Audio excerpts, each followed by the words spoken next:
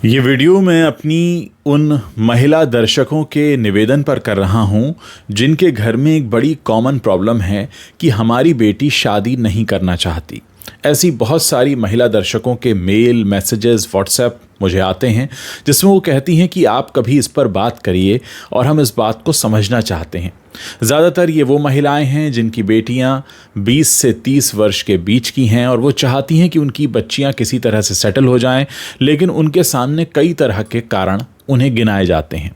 जैसे पहला कारण ये होता है कि मम्मी, मैंने आपकी और आप हमारे पिता की जो शादी है, यानी अपने मम्मी पापा की शादी को देखकर भी कई लड़कियां ये फैसला ले लेती हैं कि कितने लड़ाई झगड़े होते हैं हमारे घर में। देखो, मेरे पिता ही माता से कितना झगड़ा करते रहते हैं और कितनी सारी चीज़ें होती हैं, तो मुझे इस चक्कर में नहीं पड़ना। फिर कहा जाता है वो ज़माना और था।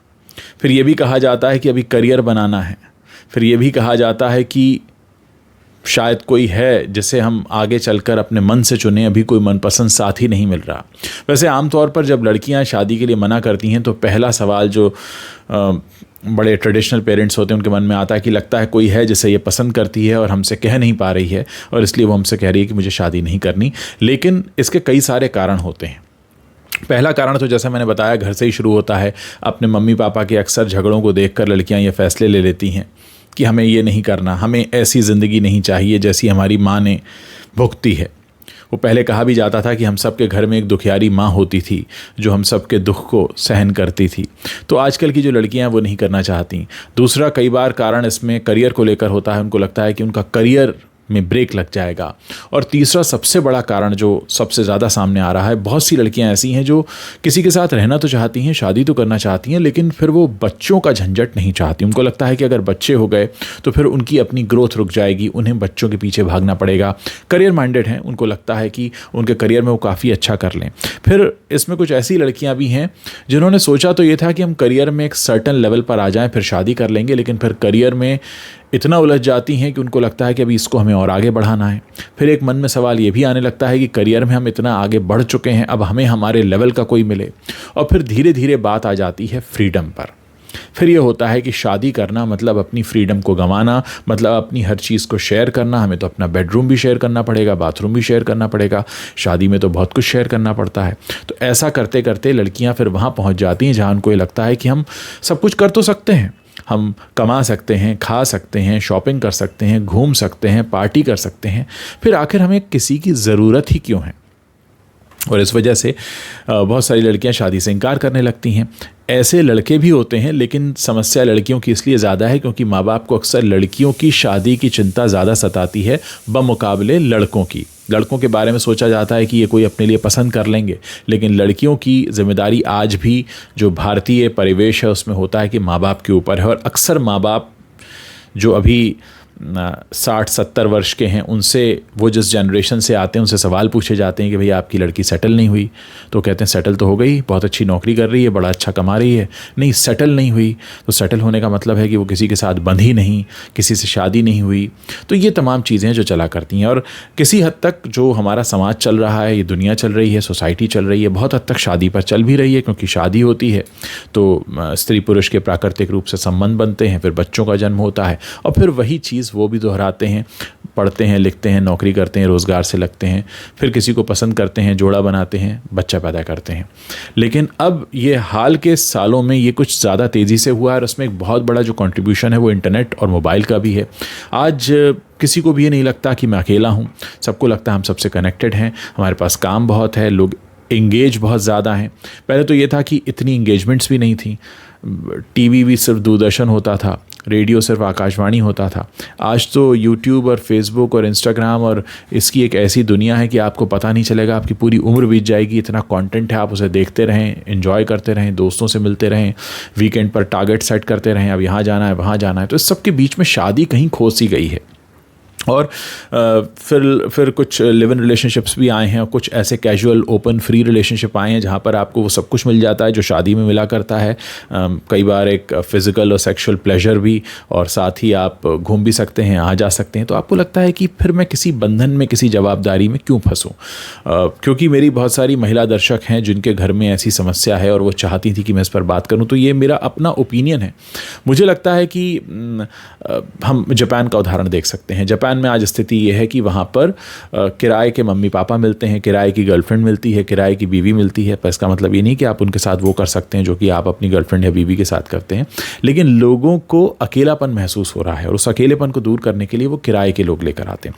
हालांकि इसमें बहुत सारे लोग तर्क ये भी देते हैं कि आप ज़्यादा समय दोस्तों के साथ बिताइए, आपके जैसे दोस्त होंगे जो सिंगल होंगे वो आपको उतना ही टाइम देंगे। लेकिन कई बार जहाँ पर आकर ये सारा चक्र रुक जाता है वो ये है कि अगर इस तरीके का निर्णय और डिसीजन हम सब लोग एक साथ ले लें, यानी आप ज़रा सोच कर देखिए, कल्पना कीजिए कि इस दुनिया में शादियाँ होना बिल्कुल बंद हो जाएं, कोई जोड़ा ना बने, और उस जोड़े मतलब शादी वाले जोड़े ना बने, लोग अफेयर रखें और बच्चों का जन्म होना बंद हो जाए, तो कहीं ना कहीं ये दुनिया एक समय के बाद रुक जाएगी। जैसे जापान में हो रहा है, आबादी कम हो गई है। इटली में हो रहा है, आबादी कम हो गई है। इटली में समस्या ये बहुत बड़ी है। वहाँ पर जो बड़ी उम्र के पेरेंट्स हैं उनके साथ बच्चे इसलिए रह रहे हैं क्योंकि वहाँ पर रोज़गार की उतनी अच्छी संभावनाएं नहीं हैं। उन्हें कई बार अपने बड़े बुज़ुर्गों के साथ रहकर उनकी सेविंग्स पर पलने का एक सुख मिल जाता है। क्योंकि अभी मैं कहीं पढ़ रहा था कि इटली में तो स्थिति ये है कि जो नए लोग, नई जनरेशन जो कमा रही है वो अमाउंट काफ़ी कम है, जो कि उनसे पिछली और उनसे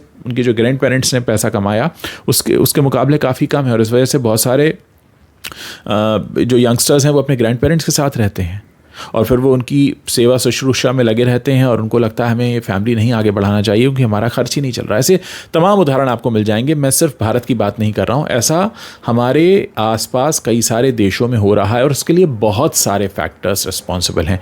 कहीं ना कहीं हमारी सोच भी जागृत हुई है कि हम अकेले रह सकते हैं, खुद को संभाल सकते हैं, हमें किसी की ज़रूरत नहीं है। हम अपनी चीज़ किसी के साथ क्यों शेयर करें, हम क्यों खुद की ज़िंदगी में किसी को आने दें।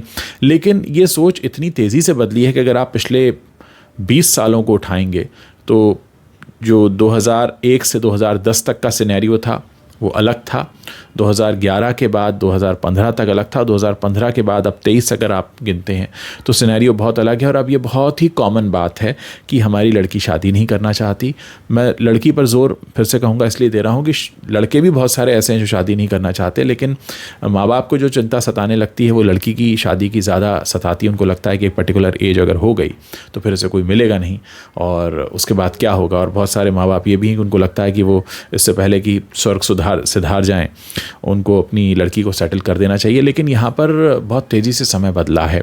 करियर माइंडेड होना, कई बार कुछ ऐसे बिटर एक्सपीरियंस भी लड़कियों को हो जाते हैं। मान लीजिए उनका किसी से अफेयर हुआ और बहुत बुरा ब्रेकअप हुआ तो उनको लगता है कि अब मैं किसी और के साथ नहीं बंध सकती। या कई बार आपका वो ट्रॉमा बहुत बड़ा होता है, आप चाहकर भी किसी को अपनी ज़िंदगी में नहीं ला पाते। मैं ऐसे बहुत से लोगों को जानता हूँ जो अकेले रहते हैं सिर्फ इसलिए क्योंकि उन्हें डर लगता है वो किसी और के साथ रह नहीं सकते।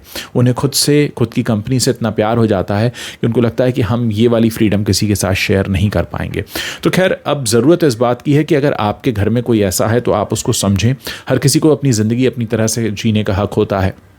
कुछ हमारे बनाए नियम कायदे कानून होते हैं हमारी ज़िंदगी के लिए और अक्सर हम उन्हें थोप देते हैं अपने बच्चों पर और फिर एक्सपेक्ट करते हैं कि बच्चे भी ये करें। लेकिन ज़रूरी नहीं है कि आपके जो बच्चे हैं वो बिल्कुल वैसी ही ज़िंदगी जिएं जैसे कि आप जीते रहे हैं, क्योंकि आपके वक्त के समीकरण और आज के समीकरणों में फ़र्क है। ज़रूरी ये है कि बच्चे अपने फ़ैसले खुद लें जो वो अपने लिए सही समझते हैं, ताकि अगर उनको जीवन में आगे चलकर कोई दिक्कत या परेशानी हो तो वो ये मानकर चलें कि हमने जो भी किया ये हमारा फ़ैसला था। ये बहुत ज़रूरी है। तो अगर आप अपने फ़ैसले किसी और के ऊपर थोप रहे हैं तो आगे चलकर हो सकता है उससे आपके संबंध इसलिए बिगड़ जाएं कि वो कहे कि मैंने आपके कहने पर देखिए किया और मैं कहाँ फंस गया। तो ऐसा भी हो सकता है। तो ज़रूरी नहीं है कि जो आप सोच रहे हैं वही सही है। अक्सर कई बार ये होता है बदलते समय के साथ जो नई जनरेशन सोच रही होती है वो उनके लिए सही होता है, उस वक्त के लिए सही होता है। आपके लिए जो सही था वो आपके वक्त में सही था। उम्मीद है ये जो मेरा वीडियो है या आपकी जो समस्या है उसको कुछ हद तक दूर करने में कामयाब हुआ होगा, या आप शायद इस चीज़ को और बेहतर तरीके से समझ सकें। अगर वीडियो अच्छा लगा है तो इसे अपने दोस्तों के साथ शेयर करना मत भूलिएगा।